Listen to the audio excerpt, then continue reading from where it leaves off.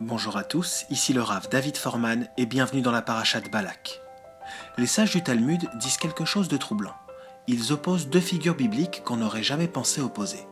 Et dans leurs mots, Kol mi sheyesh beyado shlosha devarim alalou, tout celui qui possède ces trois qualités, mitalmidav shel Avraham Avinu, il fait partie des élèves d'Avraham Avinu, ou shlosha devarim acherim, mais tout celui qui possède ces trois autres qualités, mitalmidav shel Bilam Arasha, il fait partie des disciples de Bilam. Bilam et Avraham.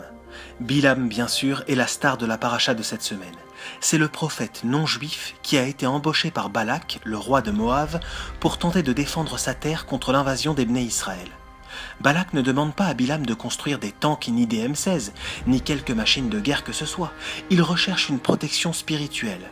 Il veut que Bilam maudisse le peuple juif et qu'il lui permette de prendre la main sur eux dans la guerre qui les opposera. Bilam est une sorte de mercenaire spirituel, un prophète qui vend ses services. Mais pourquoi, de toutes les personnes qui existent, on devrait penser à opposer Avraham et Bilam? Et en quoi ce sont exactement les points soulevés par la Mishnah qui les opposent? Regardons ce que dit la Mishnah à propos de ces deux hommes. Voilà ce qu'elle dit pour décrire les disciples de Bilam et d'Avraham. Aïn tova veruar nemucha venefesh shefela. Quelqu'un qui a un œil généreux et un esprit humble. C'est un élève d'Avraham. Aïn raa veruar gevoha venefesh rechava.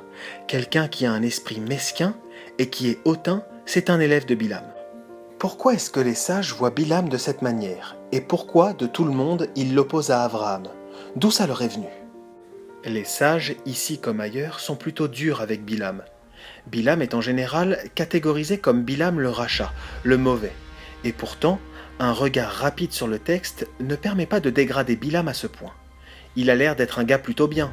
Bon, c'est vrai, c'est un prophète qui vend ses services, et il veut faire du mal aux Juifs, parce que son client, c'est Balak. Mais il dit sans arrêt à Balak, « Je dirai juste ce que Dieu mettra dans ma bouche. » Et « Lo uchal la avor et pi Hashem Elokai la asot ketana ogedola. » Je ne pourrai pas contrevenir aux mots de Dieu, que ce soit pour une petite chose ou une grande chose. Et c'est vrai. Bilam ne dira jamais rien d'autre que ce que Dieu lui permette de dire. Alors pourquoi les sages sont si durs avec lui? Pourquoi est-ce qu'il mérite qu'on l'appelle Bilam le rachat? Ces deux questions, d'où germe le caractère maléfique de Bilam et pourquoi est-ce qu'on l'oppose à Avraham, ce sont des questions que j'aimerais explorer avec vous dans la paracha de cette semaine. Alors allons-y. Le premier élément qui nous indique que Bilam et Avraham doivent être mis en relation se trouve au tout début du texte, quand Balak fait ses premières propositions à Bilam et lui demande d'aller maudire le peuple juif. Asher tevarer mevorar va asher taor yuar. Il dit « Tous ceux que tu bénis seront bénis, et ceux que tu maudis seront maudits. » Qu'est-ce que cela vous rappelle? On va jouer là à notre jeu favori. Où avons-nous déjà vu ces mots? Ceux que tu bénis seront bénis, ceux que tu maudis seront maudits. Quand Dieu se révèle pour la première fois à Avraham, on entend aussi parler de bénédiction et de malédiction. Va'avarecha mevarechecha. Dieu dit à Avraham, et je bénirai ceux qui te bénissent. Umkalelcha haor, et je maudirai ceux qui te maudissent. Plutôt similaire, hein? En fait, ils sont opposés ou inverses. Bilam est actif, ceux que tu bénis, tandis qu'Avraham est passif, il ne fait rien. Ce sont les peuples qui parlent sur lui. Ceux qui maudissent Avraham seront maudits, et ceux qui le bénissent seront bénis. Donc d'un côté, on a des mots qui ont l'air de relier ces deux hommes, et pourtant, ils ont l'air d'être opposés. À présent, regardons bien ce que dit la Mishnah. La Mishnah dit qu'Avraham et Bilam représentent deux sortes de personnes qui sont opposées. Mais ce n'est pas la seule chose qui relie ces deux personnes. Les liens vont en fait bien plus loin. Bilam se prépare à partir en voyage. Vayakom Bilam baboker. Bilam se lève tôt le matin. Vayachavosh et atono. Il sangle son ânesse. Qu'est-ce que cela vous rappelle? Oui, vous l'avez. C'est exactement de la même manière que commence toute l'histoire d'Avraham. L'histoire de la Hakeda, la ligature d'Yitzhak. Vayashkem Avraham baboker. Avraham s'est levé tôt le matin. Vayachavosh et ramoro. Et lui aussi sangle son âne et part en voyage. Vous pensez peut-être que c'est juste une coïncidence, mais qu'est-ce que vous pensez de cela? Qu'est-ce qu'on lit juste après avec Avraham? Vaikar et Chenene Aravito. Il prend deux jeunes hommes avec lui. Et maintenant, Bilam, ou Rochev Alatono, il est sur son ânesse, ou Shnene Aravimo, et deux jeunes hommes sont avec lui. Ça n'a plus trop l'air d'une simple coïncidence, n'est-ce pas? On dirait vraiment qu'il y a quelque chose ici. Et quand on continue de lire, on voit de plus en plus de parallèles. Je n'ai pas le temps de tous les présenter ici, mais pensez à l'ange de la Hakeda. Dieu dit « Prends Yitzhak et sacrifie-le ». Et l'ange dit « Non, ne le touche pas ». Là aussi, Dieu dit à Bilam « C'est bon, vas-y ». C'est alors qu'arrive l'ange qui dit « Non, n'y va pas ». L'ange, là aussi, semble arrêter Bilam dans son élan. Quel est le message ici ? On dirait que l'on a répondu à une question, mais qu'une autre a surgi. En effet, l'idée des sages qu'il y a une comparaison profonde entre Bilam et Abraham ressort directement du texte. La Torah semble établir que ces deux hommes vivent en parallèle une sorte de Hakeda. Mais qu'est-ce que cela veut dire pour Bilam, une Hakeda ? Il ne doit sacrifier personne. Qu'est-ce que le texte veut nous dire en dressant ces parallèles ? Et en quoi cela va nous aider à comprendre ce que les sages disent à propos des disciples d'Abraham d'un côté et de ceux de Bilam de l'autre ? Je crois que la réponse à ces questions est qu'au fond, les voyages engagés par Abraham et par Bilam relèvent de la même notion, même si ces deux hommes appréhendent leur périple d'une manière très différente et opposée. Le voyage, en réalité, est le même pour les deux. Pourquoi ? Quel est l'enjeu central de la Hakeda ? Dans la Hakeda, Abraham entend les mots qu'il souhaiterait le moins entendre de la part du Tout-Puissant. « Prends un enfant, celui que tu aimes, et rends-le-moi ». Abraham aurait fait n'importe quoi pour ne pas entendre ces mots. Quand Dieu nous demande de faire quelque chose qu'on ne veut absolument pas faire, quel est l'enjeu ? La plupart d'entre nous diraient que l'enjeu est de savoir si on va le faire ou pas. Et c'est vrai à un certain degré, c'est un vrai challenge. Mais je pense qu'il y a un enjeu encore plus grand. C'est pas tellement est-ce que je vais le faire ou pas, mais est-ce que je vais admettre que c'est vraiment ça qu'on m'a demandé ? Est-ce que je vais me laisser voir les choses telles qu'elles sont vraiment ? Ou bien est-ce que je vais me leurrer sur ce que Dieu m'a demandé ? Dans cet esprit, j'aimerais que vous regardiez avec moi ce qui se passe avec Bilam quand il demande pour la première fois à Dieu s'il peut aller avec Balak. La réponse de Dieu à Bilam est « Loteler imaem » ne pars pas avec eux. « Lotaor et taham » ne maudit pas le peuple qui va ou parce qu'il est béni. Dans cette réponse, est-ce que vous diriez que Dieu était clair dans ses intentions ou pas vraiment ? C'est franchement clair. Dieu dit « N'y va pas, ne les maudis pas, ils sont bénis ». Il n'y a vraiment pas lieu de discuter. Qu'est-ce qui se passe après ? Bilam se lève le matin, va voir les messagers de Balak et leur dit « Lechou el artsechem » « Rentrez chez vous, je ne peux pas le faire. « Ki me'en Hachem les titi la alor imachem » car Hachem refuse de me laisser aller avec vous. Est-ce que vous diriez que c'est un bon résumé de ce que Dieu a dit à Bilam ? Il reprend l'essentiel, certes, mais manque quand même de précision. Est-ce que c'est vrai que Dieu n'a pas autorisé Bilam à y aller ? Ce n'est pas exactement ce que Dieu a dit.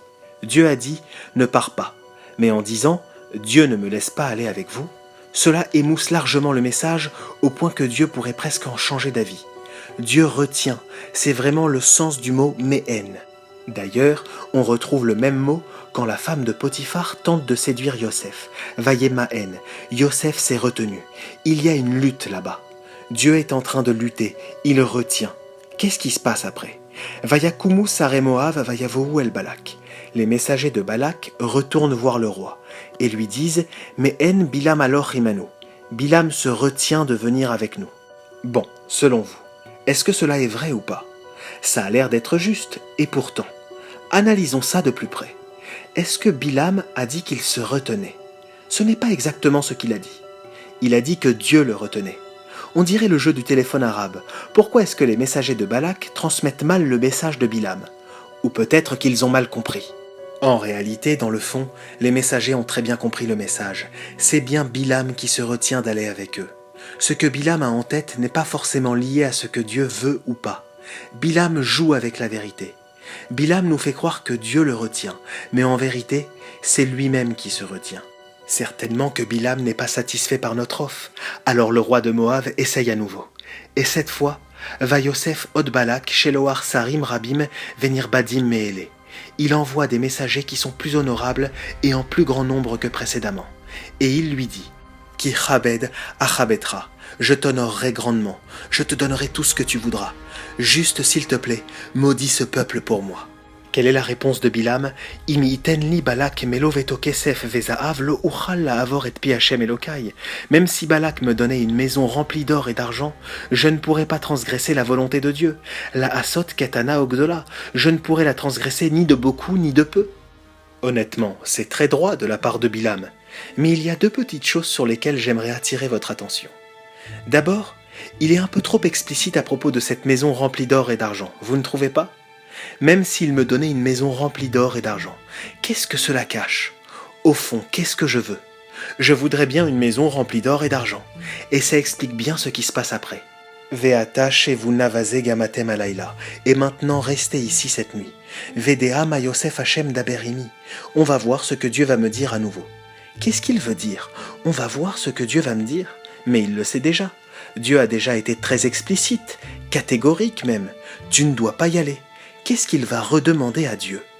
Alors Dieu apparaît à nouveau à Bilam et lui dit « Imnikro lecha baou anashim, les gens t'appellent, kum lechitam, va avec eux.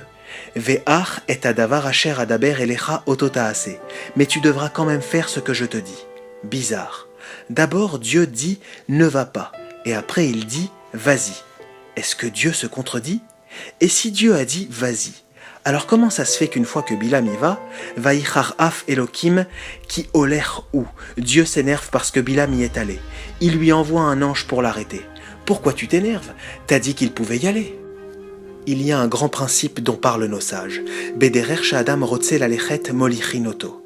Là où un homme veut aller, Dieu l'y conduit. Dieu a déjà dit non, mais Bilam revient à la charge. Alors qu'est-ce qu'on va faire?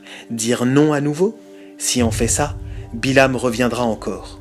Au bout d'un moment, si vous êtes Dieu, vous vous dites « Regarde, tu veux y aller? Alors vas-y. Mais à quoi ressemble maintenant ton périple? Tout l'enjeu sera maintenant de savoir si tu es assez honnête pour voir ce que je veux réellement. Quand est-ce que tu vas ouvrir les yeux? Et c'est ça l'enjeu d'une Akedah. Est-ce que tu es prêt à ouvrir les yeux pour voir la vérité? La grandeur d'Abraham ne repose pas tant sur sa volonté d'agir sur l'ordre de Dieu, mais de voir l'ordre de Dieu pour ce qu'il est.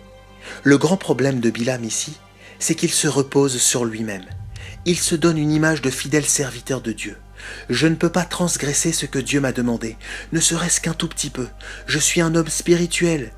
Mais c'est un prophète qui n'en fait finalement qu'à sa tête, qui émousse, qui change les propos de Dieu pour les accorder progressivement à ce que lui, au fond de lui-même, désire. La grande question dans une Akedah, c'est celle-là. Est-ce que tu vas regarder la vérité en face, aussi douloureuse puisse-t-elle être, ou est-ce que tu vas la distordre? Finalement, c'est un problème d'ego. Si je comprends qui est Dieu, et je comprends qui je suis, alors je mettrai ma petite personne de côté. Si on est prêt à accepter ce qu'on a vraiment entendu, alors on est comme Abraham. C'est exactement l'humilité dont les Chachamim parlent dans la Mishnah à propos des disciples d'Abraham. Mais si on n'est pas humble, si notre ego est surdimensionné, alors on n'est pas vraiment intéressé par entendre ce que Dieu dit réellement. Ou plutôt oui, on va l'entendre, mais on va le transformer un tout petit peu. Et ça, c'est un grand danger. Finalement, Bilam ne fait que de tout petits ajustements de la parole de Dieu. Mais faire de tout petits ajustements, introduire des éléments personnels dans la parole de Dieu, se mentir à soi-même sur ce qu'on a entendu, ça, c'est très mauvais. C'est là que repose toute la différence entre Abraham et Bilam. Shabbat Shalom à tous.